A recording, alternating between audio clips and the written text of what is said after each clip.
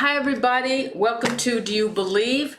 Thank you so much for joining us tonight, and I'm so excited about having Jeff Mudgett back on the show tonight.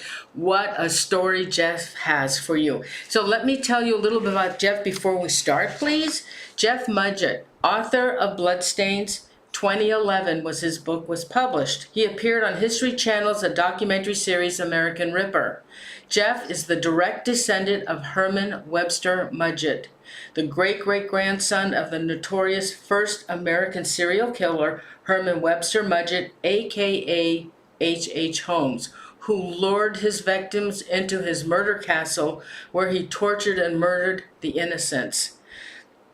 The striking terror in the streets of Chicago during the 1893 World's Fair. Jeff searched for the truth concerning his ancestor after he inherited the diaries of his great-grandfather, Herman Webster Mudgett. Is that correct, Jeff?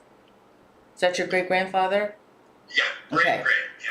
Who recorded in that diary, I was born with the devil in me. He has been with me ever since. So with that, let's welcome Jeff to the show. Jeff, thanks so much for joining us tonight. Norene, thanks for having me back on. It's always a pleasure and an honor. Oh my gosh, well, this is, I think, your third or fourth show with us tonight. And I will now set up a playlist for Jeff Mudgett and H. Holmes. The other shows are very exciting as well. Now tonight, Jeff is going to give us some new evidence that he has acquired on his... He has been researching H. Holmes ever since he found out he was a descendant. But... first of all, there are some of you in the that are watching the show that may not know the story. So, Jeff, would you like to tell the story of how this all happened to you? Well, sure. I was middle-aged, California, a trial lawyer with some strange family background, mysteries, and unsolved solutions, which came to a head one night, Norene, when at a family dinner, my grandmother had hired some of the ancestral.com organizations to track down some of the family legend about our having been related to General Robert E. Lee of the infamous Civil War history.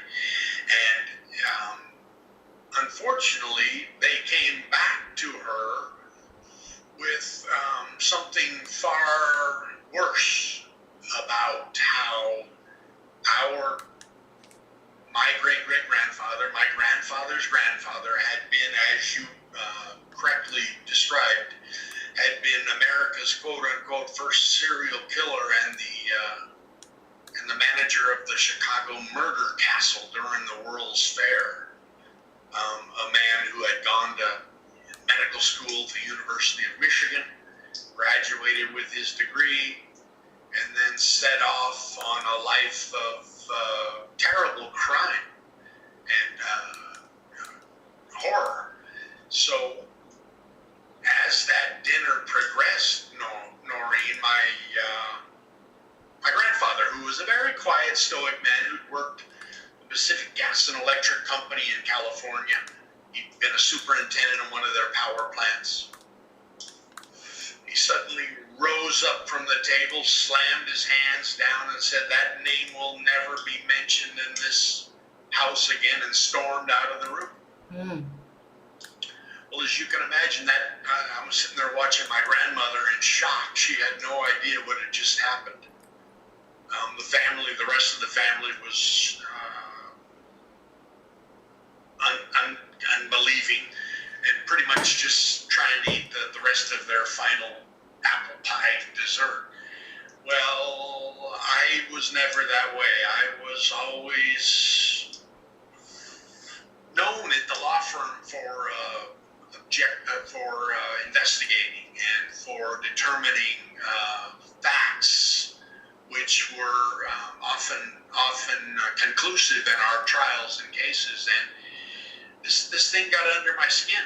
and this thing about who we really were, where my origins had made out from, who was responsible for why I was here on Earth. And I started investigating this terrible man, and as you can imagine, Norene, as we've discussed before on your show, it just kept getting worse and worse, and this was perhaps America's most heinous criminal of all time. Absolutely he was. Absolutely he was. Jeff, what do you want to start with? Is that all you want to say about the story of you and your great-great-grandfather? Well, I think if you want me to repeat some of the stuff we've done before, I kind of wanted to discuss that final few episodes of American Ripper on History Oh, Channel, sure. and some of the amazing new material we've come up with. Absolutely. Which I think is going to shock your listeners if they haven't been listening or watching as it's evolved on my Bloodstains Facebook page. Or, I wrote Bloodstains in 2011, over 12 years ago now.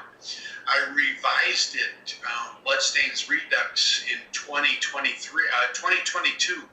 And with that extra 12 years of archaeology, anthropology, investigation, personal awakenings regarding,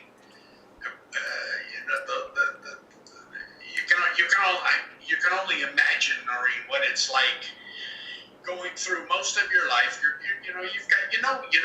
different than everyone else. I was never a criminal. I was never contemplating murder, any of those things. But I knew some of the thought patterns, some of the issues that we all think about to ourselves when we're in a silent, quiet place. Well, all of a sudden they had an answer, and I wanted to look a little deeper into that. So, I wrote that revision to the book. I was contacted by History Channel about co-hosting a miniseries called American Ripper, about my theories that H.H. Holmes had not only been this terrible, terrible American criminal, perhaps the worst ever, but also there was direct evidence, which I was confident I could take into a criminal court of law if I had to, and prove he was Jack the Ripper as well. Go ahead. And history was excited about doing that show, and Wow. We came to an agreement about doing it. My co-host was an ex-CIA analyst and operator. Amaryllis Fox was her name, who's now Amaryllis Kennedy. She married Robert Kennedy Jr.'s son. And with two sons now, we're still great friends. But so we started working together with history and their investigators on proving, based on my original TED Talk. I think you and I've probably done a show on my TED Talk. No, we didn't. Yeah, I did a TED Talk a long time, years ago, up in Vancouver, about Holmes having been Jack the Ripper and me having proven true crime's greatest mystery. And the show, the TED Talk, was quite a success, and history wanted to further it with American Ripper, the show. So, we started working with the evidence and with some investigators, and it was a big success. And then at the end of this series, Norene, we started discussing the possibility how I'd long believed that this criminal, this brilliant genius, this con man, this maybe the greatest fraud of all time, had escaped. He'd been arrested. He'd gone to trial. He'd been convicted of murder and sentenced to die by hanging by the neck until he was dead in Moyamensing prison. Well, the family legend and lore, Norene, was that hadn't ever happened that he had moved west and lived out his life in California. No way. As a matter of fact, very close to where you're living right now. The Port Costa? Was it? It was Port Costa, wasn't it? He often talked about Port Costa, but it was more Vallejo. And as you know, that's where I went to my first 4 years of school, the California Maritime Academy there, which was all a coincidence, had nothing to do with it. But so I went to History Channel with these family legend and lore and say, you know, the family often talks about the burials that were reported on in 1896 by all the major newspapers in America, the New York Times, the Chicago Tribune, the Philadelphia newspapers, the Baltimore Sun, all those, about Holmes having been hanged and then buried in a Catholic cemetery outside of Philadelphia. But Jeff, what were H.H. Holmes' wishes? Tell the viewers what his wishes were. Didn't he say that in court, what his wishes were? I never was made familiar with those things. He was. Well, he said he wanted to be buried. He was afraid that the grave robbers. Okay. Yeah, go ahead. He and as we looked deeper and deeper into those events, the execution, the burials, and the newspaper reporting on it, we came, as you mentioned. It was supposed that Holmes was afraid of being robbed by grave robbers. How his body was going to be taken out and sold as pieces to museums across America, as they often did with criminals back then, as they often did with the assassin of Abraham Lincoln, of the Chicago gang leader in the 1920s. But so he actually arranged for a concrete sarcophagus to be made, where his body was to be lowered in, covered in concrete, and then unmarked grave. He was to be left alone for eternity. Okay. Well, the family knew there was something different about that. There was something wrong. There was something not working out. And I actually talked the people at History Channel into helping me arrange legally with the Court of Common Pleas in Philadelphia for the right to exhume the grave, to see if it really was my great-great-grandfather or not. And history jumped into this, and which I have to give them full credit for. This was a very expensive project, a very expensive production, and they were 100% behind it, committed. And it was a pleasure to work with them on the show. So we arranged for a judge in Philadelphia to agree to the exhumation as long as we had the supervision of anthropologists from the University of Pennsylvania. Scientists, very, very famous scientists.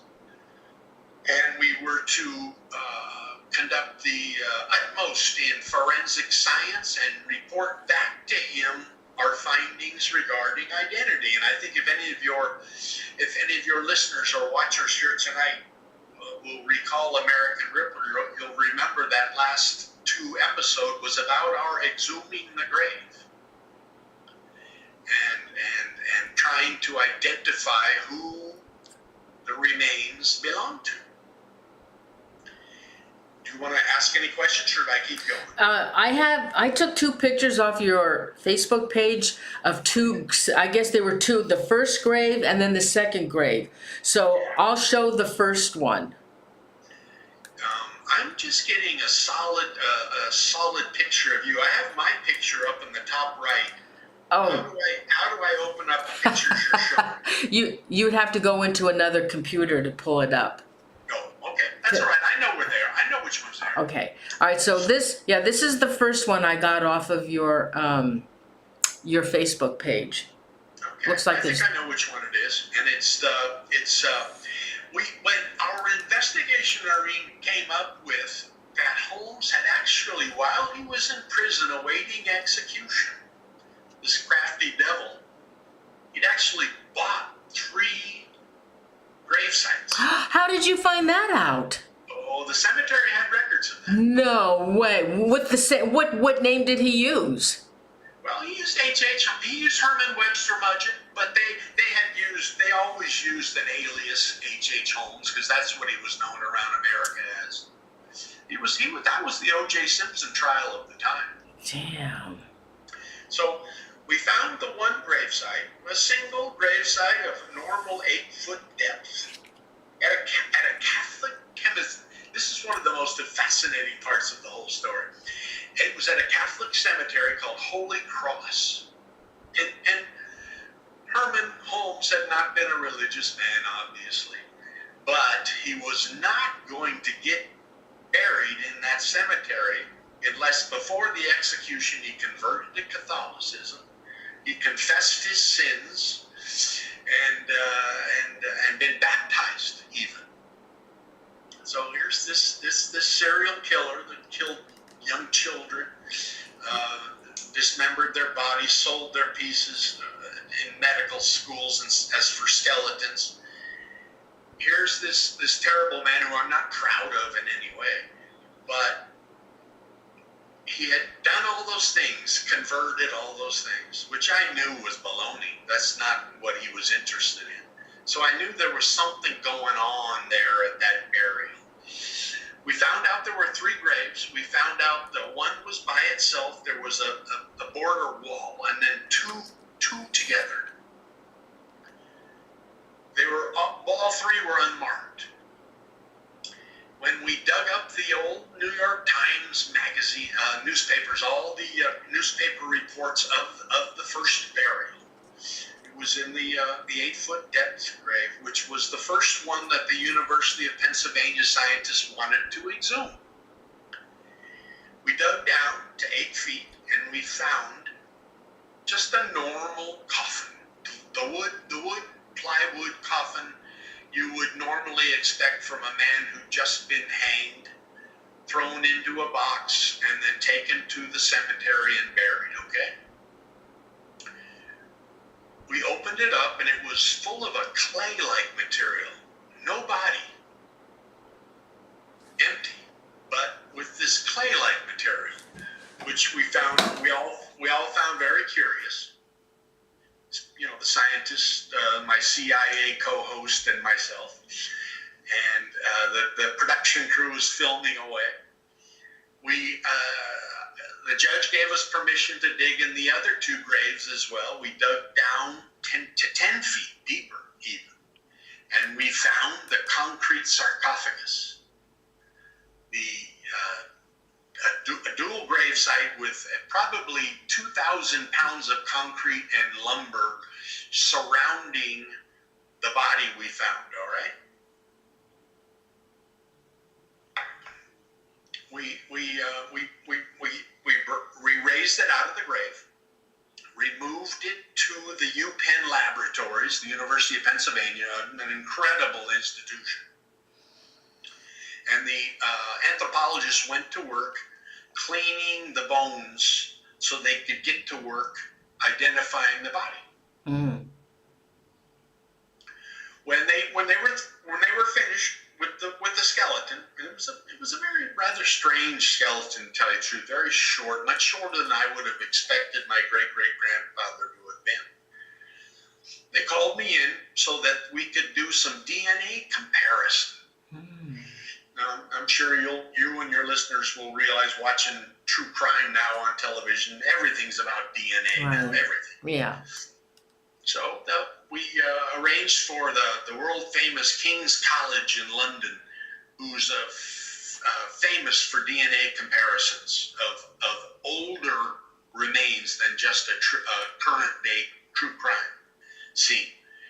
And they took some of my blood, and then we sat there as they instructed us for the exact sample they wanted. of the skeleton so that they could do a DNA test and then compare them with mine, Mm-hmm. promising us to have the results back to us in 3 to 5 days, which I thought it was rather surprising. Well, 3 months later, we hadn't heard anything. Oh my gosh. So the anthropologists were starting to get concerned because pretty much everyone at the production, everyone at History Channel, everyone at the university, all thought it was H.H. Holmes. I was probably the only one that had any doubts or skepticism. We then realized that the skeleton, when we dug it up, it was still clothed. It still had a full mustache. It was quite well preserved. So, and amazing teeth.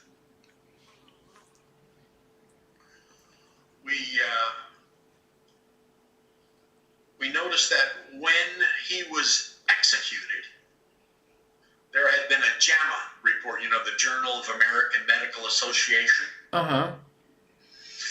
from a Chicago doctor, Dr. Talbot, who had gone to the prison and done a physical examination on Holmes, who had consented, strangely enough. And even to the point of preparing dental impressions, like wax casts of the teeth, which raised another flag for me, because as you know, I know you've read a little bit about Holmes. That's one of the things he was famous for substituting corpses and then achieving life insurance benefits using fake teeth for identity. So we started looking at the teeth a little more closer. And lo and behold, we came to the conclusion that those weren't the real impressions for a living human being, that they'd been taken from a cadaver. Oh my God. So now all of a sudden, this most famous criminal in all American history, who had been involved in the O.J. Simpson trial of the 19th century, we were having trouble with identity. We then looked at the hanging, where he had died falling from the rope, and the two prison physicians had stated on his official cause of death that he died by hanging. They even stated where the neck had been broken between the axis and atlas vertebra. I got to know pretty much about the human skeleton, you can imagine, after all this. Yeah. Yeah. So during the show, I started working with the anthropologists a lot at the UPenn, and we started also realizing that the skeleton we had, Norene, had no break in the neck. So we ran the neck through the CT scans at the world-famous UPenn Medical School with the highest rated technology. They came back with nothing. So now, all of a sudden, I'm watching what we've dug up, pun intended, and there was no DNA match. The teeth weren't properly used for identification purpose to show the judge. And then the neck, which was supposedly broken, had no evidence of cause of death trauma. Well, and all these incredible pieces of evidence, we've just finalized these last 3 or 4 months, Norene. So you and your watchers, I keep saying listeners, you'll imagine how excited I am, having done this for a living for a long time, and then this obsession of mine has been basically what it was, this Holmes story. What about the third grave? Wasn't there 3 graves? Yeah, but the 2 were together. They were in this huge sarcophagus. And it was supposedly because, all written about by the newspapers, he had been afraid of being grave robbed, all right? And he had wanted it to be intact forever. So Well, now it started looking maybe like he had just not wanted the identification to ever be discovered. uh-huh. And this crafty devil had actually bought the 3 graves, used one for a fake coffin that the newspapers had all reported, and then later, 3 days later, with only 3 days present, had gone back and done this second grave. It's quite an amazing story. It is, because he set this all up with the authorities and they were okay with that? Oh, that's one of the you raise an important issue, which is, while I've come up with the evidence regarding the graves, while I've come up with the evidence regarding the identification,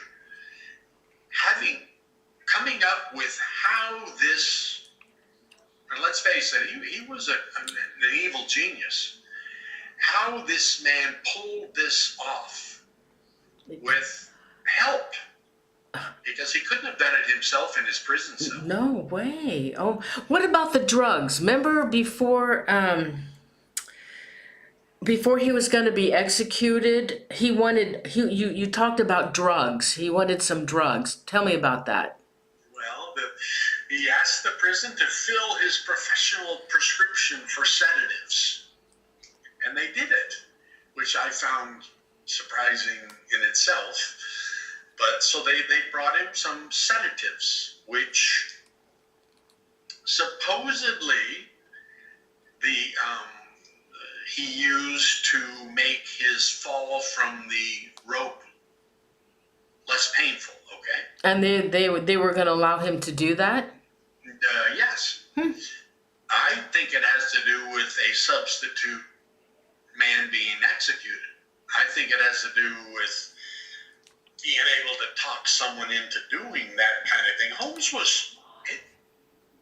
when Judge Arnold, when he sentenced Holmes to die by the neck until dead,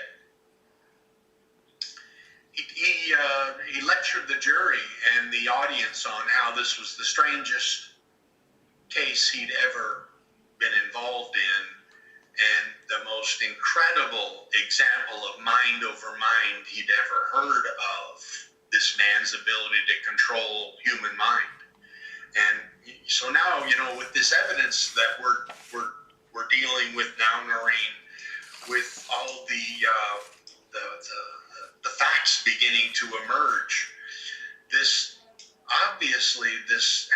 figuring out how we started going back and looking at all of the descriptions of Holmes by the doctors, by the lawyers, by those that had come to visit him while he was in prison.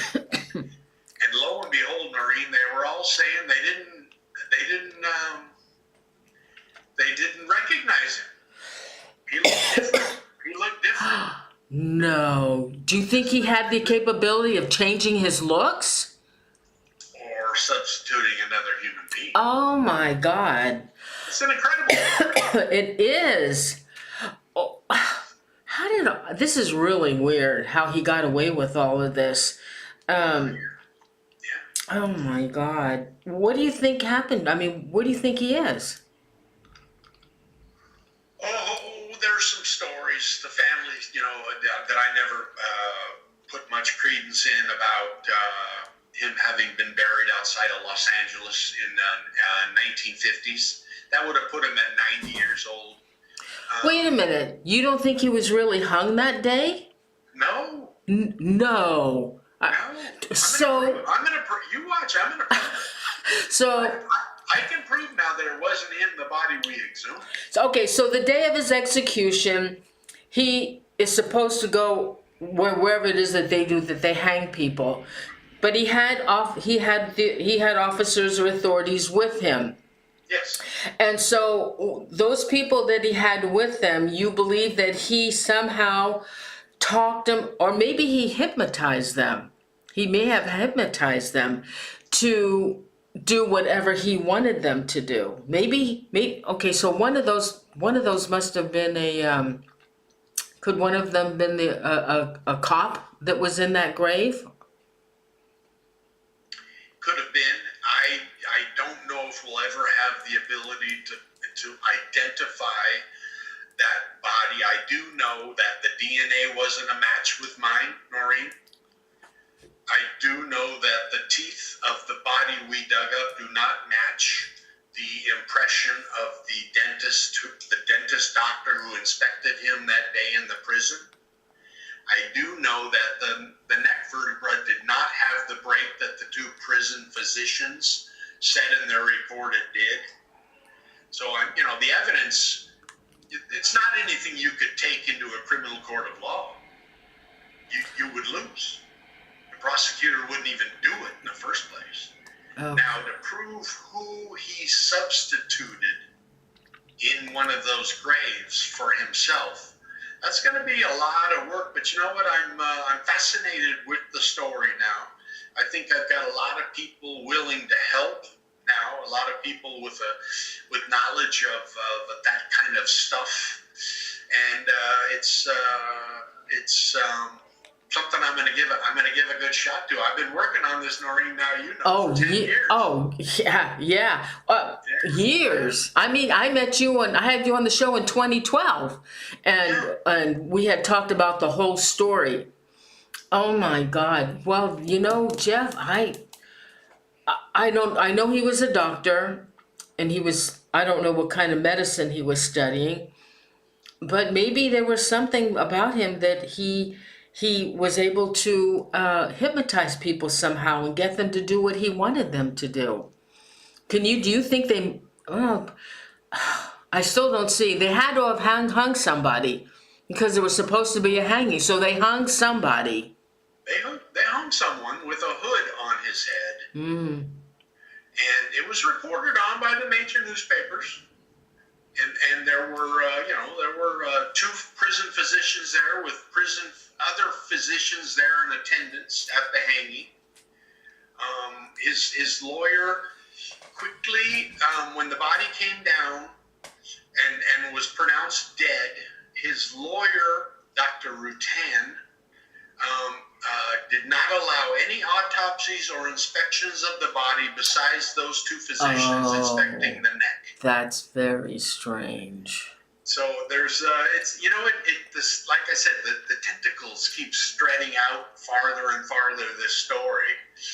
And that's why I tried to, when I wrote my revision, Bloodstains Redux, that if anyone's interested in, they can go to my website at the Buck 29 Cafe, where I put the books that I write on for sale. But it's, if anyone's interested, that's 12 more years of information, including the American Ripper time that we did in production, that I revised the bloodstains that you helped me with back in 2011. Oh, I have your original book. You gotta get the revision. It's only a cup of coffee. It's $1.29. Jeff, now you see you really have my attention on this, because that is really strange. Do you think they might have? Okay, so they let somebody else hang for him. Do you think they let him go? Do you think he escaped? Well, he escaped. Yeah, he escaped. And my great-great-grandmother, Clara, she moved to Vallejo. And many times I read about the family discussing Port Costa. Remember you and I talking about Burlington? Yes, let me show them. Show them the Burlington. Okay. And then show them the picture of the murder castle in Chicago. It's a replica. Okay, hold on. I gotta close this one out. Let me see if I have both of them. Burlington. Oh yeah, I have both of them up. Yeah, I got the Burlington on the bottom and the murder castle on the top. It's very similar, very, very similar. I mean, he didn't build him himself, but he very similar. You can tell that's what he wanted. But so, he went to Port Costa, which, guys, is only 20 minutes from me. And we used to paranormal investigate that Burlington hotel many, many, many times. And I think my mods will remember that. And it's almost a replica of that. But why would he do that? Why was he so interested in the Burlington hotel? When was it? I don't. When was it? When was it built? Oh, it was built. It was built before. It was built in the 1800s, but it was built before. God, it was built in 1883. Okay, then it would have been before, and he. It's just. It was just. I was. Port Costa was part of the family legend, and when I'm walking down the street, Port Costa is a beautiful place. It looks like something out of a Hollywood movie set, and it's an old bordello town and biker bars. Oh yeah, biker bars is right. It's something everybody ought to go visit once. It's a lot of fun, and not the bordello part, but the and I'm walking down the center of the street, Norene, and then wham. I look over and there's the murder castle staring me in the face. Hey, when did you go there? Because I remember we had talked about meeting you over at the Burlington, and then we were going to go over to the Martina Cemetery because you said you had some relatives there. And that was a long time ago, but I don't know what happened to our plans on that. Okay, well, it's not that far from here. It's I don't know exactly when I did that, but it was obviously after you and I talked, and it would have been. Will the owners allow a paranormal visit? I could contact them for you, but they don't allow. The last time I saw it was a dump, and I haven't been able to see. I've been searching to see the interior of it because I remember distinctly what it looked like. It doesn't look like they did much to the inside, but they are calling it a B&B, and the rooms are like $59 or something. But they do have a coffee shop on the first level when you walk in. They did put in a coffee shop. Now across the street is a bar and like a restaurant. They do buffets there. And you're right, it's bikers holiday there. I mean, they're always there. I mean, big groups. Well, I'd love to go with you there once, because I got to tell you, and I wrote about that first time I went down into the murder castle basement that's now a United States post office. Down into the basement, I got permission to do that years and years ago. There was strange feelings, and I was never a ghost hunter. I was never into the spirit world. I was never paranormal. And one of the strange things I read about in the revision was after we had exhumed the body from the grave, and it was laying in the lab at the UPenn. I snuck away from the production crew and went down by myself. I'd long thought about him and I having a talk, okay? My great-great-grandfather and I. Mm-hmm. Remember that Hamlet scene where he holds the skull in his hand and stares into the eye sockets and talks to his relative? No, I don't. Well, Sorry. I snuck down into the lab. The body was there, cleaned off on the table, by myself in the dark, and I grabbed the skull in my hand and stared into the two eye sockets, and nothing. And you know what, Norene? At that moment, and like I say, I'm not spiritual, I'm not ghosty, any of those things. Although it's happened a couple times to me over this obsession. But what happened? When I felt that nothing, because I knew he was going to talk to me if I grabbed that skull in my hand and held it up to my face and stared into those eye sockets. And I wanted to ask him, why would you have converted to Catholicism, you terrible killer? You and I both know that was a bunch of baloney. And nothing. And at that moment, I knew it wasn't him. Oh my God. Hey, have you ever Have you ever had any like psychics or, I mean, really well-known psychics that are remote viewers and clairvoyant? Have you ever talked to them about this? I don't think so. Really? No, I don't think so. None that have contacted me after they read my book. I just wonder, I know two really, really good psychics that are clairvoyant and remote viewers, and I'm going to talk to them about this case. I don't know if they can go that far back though, the 1800s. That I don't know.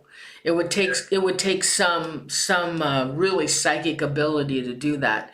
But I'm really curious about this case. It's really now I can't stand it. I need to know what happened to him. Where did this guy go? How did he do it? You know, I mean, holy cow. That's crazy. I just think the secret to the old story is Clara moving out west from New Hampshire and being there. While he was in prison, Norene, she made 3 trips for him back and forth, the prison to Chicago, 3 trips. And before the execution, and I'm convinced it was his banking records and finances. And then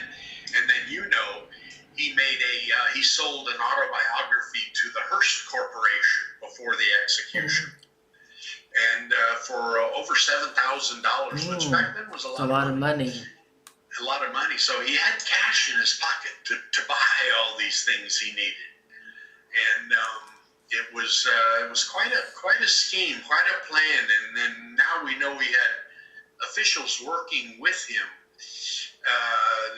to make this thing work. And I'm going to do my best trying to figure it out. And it's maybe yes, maybe no. But when I first started this, no one believed me back then about him being Jack the Ripper, and now I've got big London organizations that want to take a second closer look at the evidence.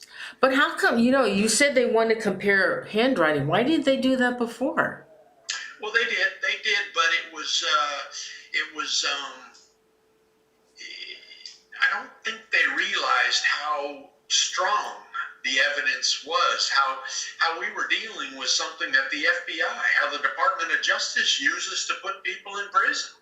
Mm-hmm. And we had the same scientists with their computers that the FBI had and the Department of Justice had hired to create these things for comparing handwriting and then using them in a criminal court of law. Well, the Holmes handwriting with the infamous Dear Boss letter comes out almost 98% similar, which for all your watchers tonight, I'll explain.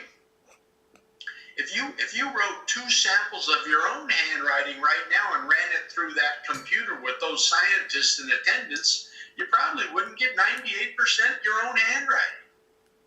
Mm.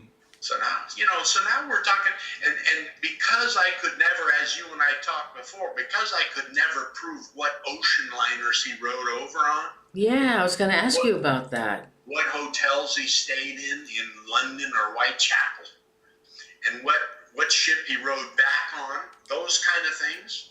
No, I tried my hardest. No, I could never prove those. Well, Jeff, you said that he had a lot of aliases. So maybe when he was on those ships, he used one that you didn't find. Well, there's no doubt about it. He did. I'm convinced of it. But it's very hard to take that knowledge of what he did for a living with the aliases and fraud and convert it into a proof that the world will accept me, them believing he rode that ship over on. It's very difficult. And it's so what we have is that handwriting comparison, which is stronger direct evidence than any other piece of evidence ever about Jack the Ripper.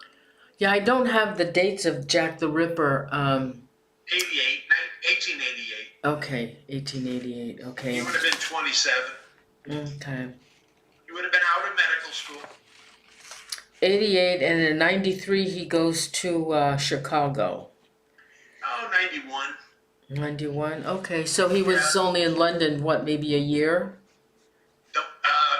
I'd be guessing, and he talks about London. He doesn't give you any definitive facts or details about being there and what hotel or restaurant he stayed at, any of those things. But, he went to Chicago preparing for that World's Fair. Yeah.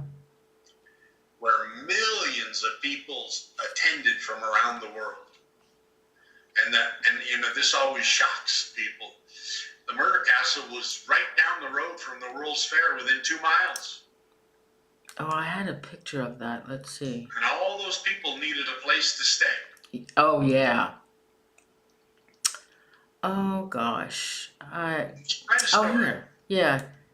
Here's a picture of I have a little picture of the fair. It doesn't. Yeah, well, it has a. It's just a little picture of the fairgrounds. Yeah, it's an amazing place. Mm-hmm. I mean, I've got some incredible pictures of opening day with just hundreds of thousands of people in attendance. You've got the discovery, the invention of electricity was there. Those kind of things. Hey, Jeff. So he in 1893, or was it 91? He went to Chicago, or 93? Did you say? Yeah, in there somewhere. Okay, because that's when that. Okay. When did he kill people? Did he kill some people before he went to Chicago? Well, and that's one of the things I try to stay away from, Norene, about that. Most of these people that I run into about Holmes that have written books or been on documentaries or their own show, they want to get into a debate about how many people he murdered. And I have no idea of knowing. I know his murder trial was about him murdering that Teitzel family within a 14-month period. And he said he didn't kill the family. Jeff, tell how many were in the family. Well, there were 5, and there was 4 murdered. But there was 2. There was 2 children. 3 children. Oh, 3. 2 little girls and a little boy. And they were murdered. And he said he didn't do it. He said he didn't kill the kids.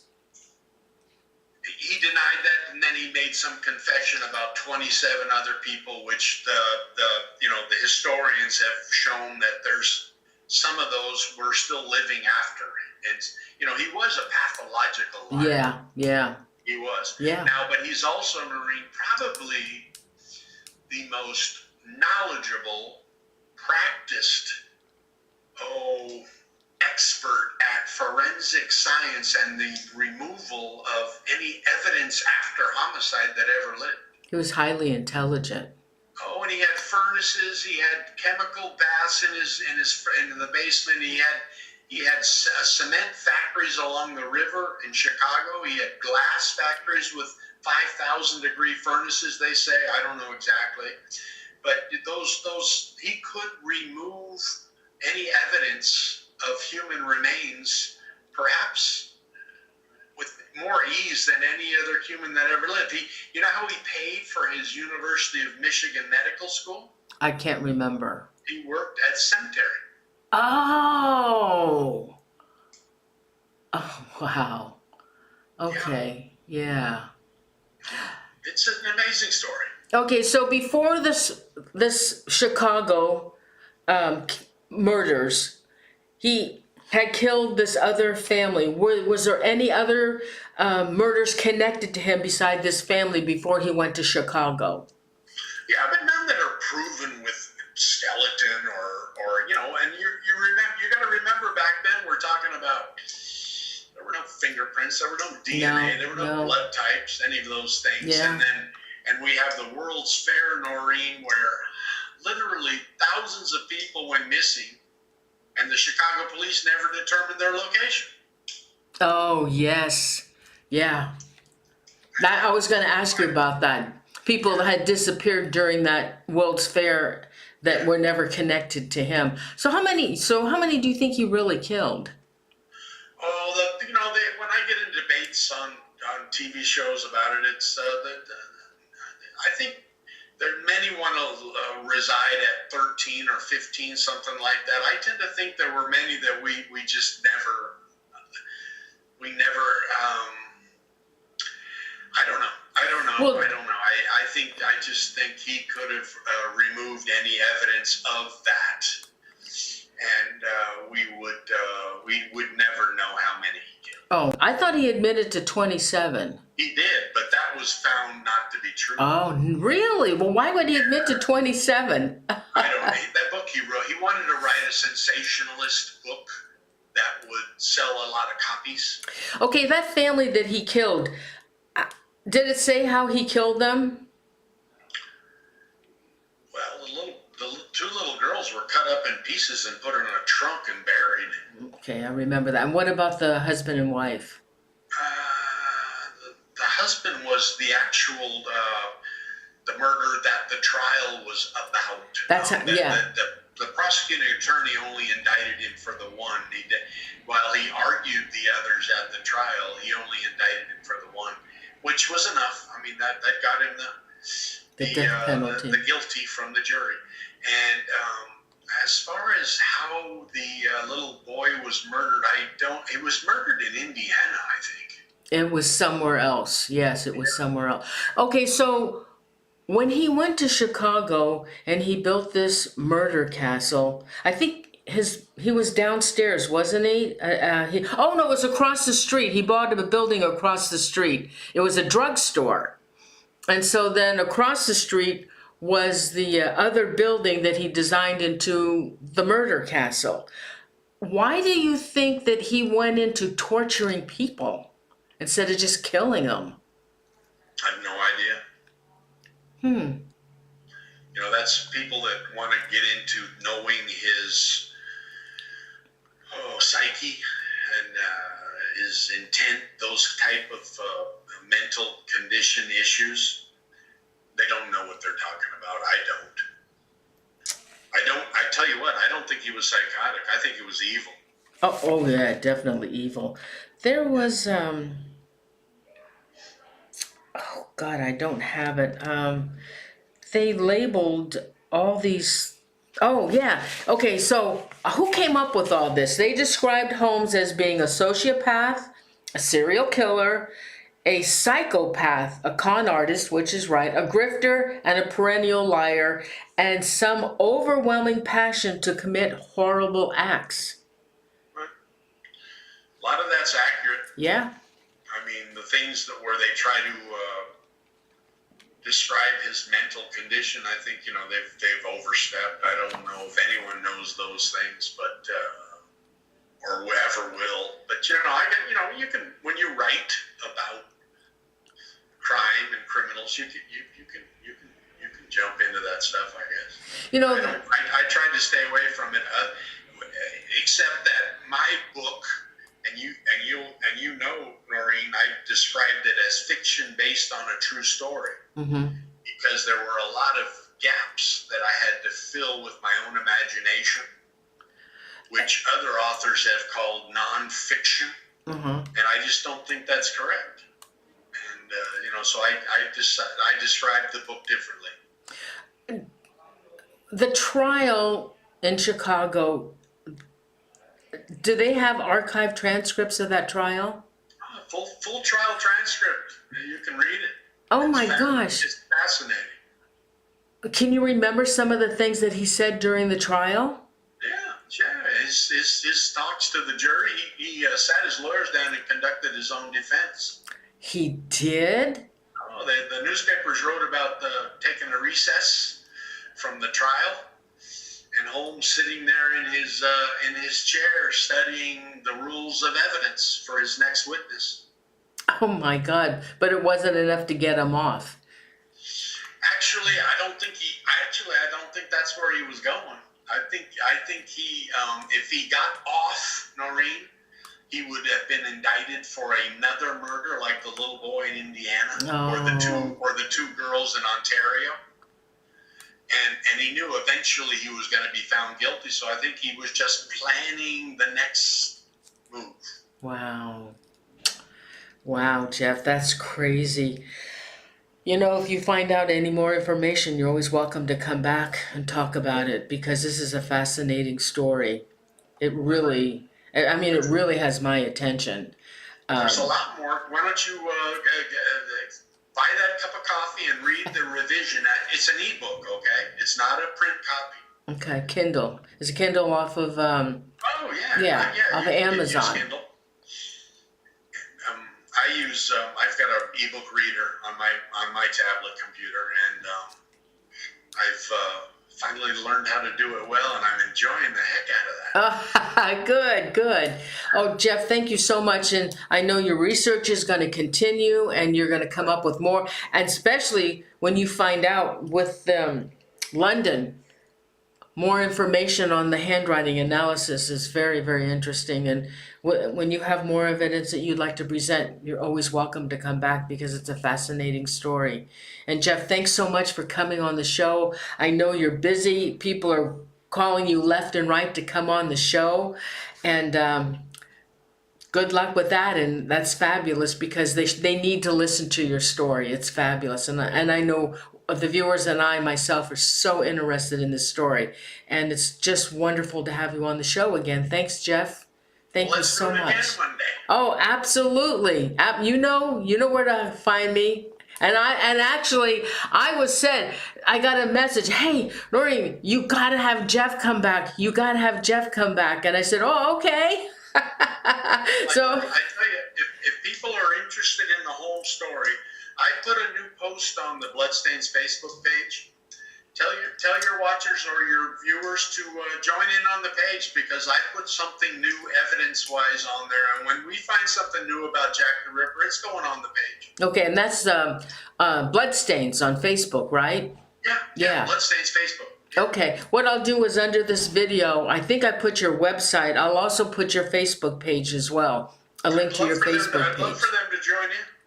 Oh, Jeff, thank you so much, and I really hope you get more evidence, more information on this case, because you've been, as far as I know, since 2012, you've been searching this out, and I hope you do get more info. And wouldn't people be shocked to find out if he really was Jack the Ripper? Well, I don't have any doubt about it, but you're right. If we can come up with something that seals the deal, Yeah. that would be amazing. Can you imagine? And it's, you know what, now that we have London investigators interested in my story, it's starting to look a little like we may have a chance. Have they talked about another season 2 or another episode of Jack the Ripper? No. No? Okay. Okay. Hey, didn't they make a play? Didn't they make a play out of H.H. Holmes? Your story? I don't know. Oh, I thought they did. Okay. Oh, I thought I read they did. All right, Jeff, thanks so much. Have a great evening, and I know you'll always be around, and I'll keep looking your Facebook for more information. Thank you so much. Thank you a lot. I had a lot of fun. Oh, thanks. Good night, everybody. Good night, Jeff. Thank you so much. Say good night to Jeff. Okay. Oh, gosh, I hope you guys enjoyed the show. I always enjoy having Jeff. You know, I aired a show with Jeff in 2012. Oh, gosh, I think it was like a 2.5 hour. And in those days, I couldn't have... I had to break it up for some reason. So there's 2 parts. And in that show, Jeff told everything. In those days, though, you know, in 2012, I had just started learning how to do video. And it's not the greatest audio. I had just started learning to do that on my own. In those days, oh my God, to do a show we had wires and we had all kinds of stuff to do a show. It's not like today. The audio isn't the greatest, but you can hear it. And Jeff, in that show, Jeff said more in that show than he did in my second time that I had him on the show. And I'm going to make a a playlist of Jeff Mudgett and H.H. Holmes. All right, so my next show is October 12th with Dave Spinks and Supernatural Jen, and they're going to talk about they're going to share paranormal stories. They're going to talk each about some of it. We're going to introduce Jen to all the viewers, and then we're going to, and then Dave wants to talk, and then they're going to talk about the investigations they've done together. They do investigations together because she's the psychic medium, plus she's more than that, and Dave's the paranormal investigator. So they're going to talk about, I told them, talk about your scariest cases, because it's October and we went scary. And then, let's see, 2 weeks later, I have Angela Thomas coming back. And and I told Angela, I said, we got to find a case that is really freaky and really like scary, because it's October. Got to do scary stuff. So we're going to find a case to do on that. Got a message from Bill Bean, Bishop Ron Feo. I mean, they all want to come back. So I have in the works a lot of shows. So anyway, I hope you enjoyed the show. Thanks so much for being here. I really appreciate it. Let me do some shout outs, and thanks to my mod Renee and Shepateri. Thank you so much always for being here with me. You have no idea how much I love you and appreciate you. All right, so let's do some shout outs. Let me go back up here and see if I can find it. Tall Cross, my bud from Scotland, and I need to talk to you, Tall Cross. I got to send you a message. I want to talk to you. I am Alpha Lisa Scarrett, Andrew and the Gnomes. Oh, Andrew, thanks so much for that link. Thank you so much. I did look at it. Let's see what else. Okay, not too much in chat tonight, but we have viewers that aren't in the chat. Anyway, thanks so much, everybody. Is there anybody that wants a JD Bambera? Anybody else want to come in and Alpha? Let's see. Express.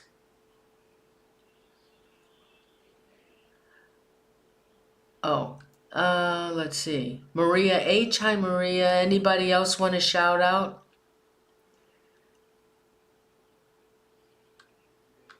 Let's see. Okay. Well, there's not that many in chat, but we do have some viewers. Thayer. So everybody, again, I want to thank you so much for being here. I appreciate it. And I guess I'll see you. I don't have anything else to tell you. I guess oh my God, did I freeze? Okay. I will see you then on the 12th. Okay, and I'll post that. I have it ready to go. I just need some information from Dave before I post it on the events page. Okay, so love you guys, and I'll see you in 2 weeks. Okay.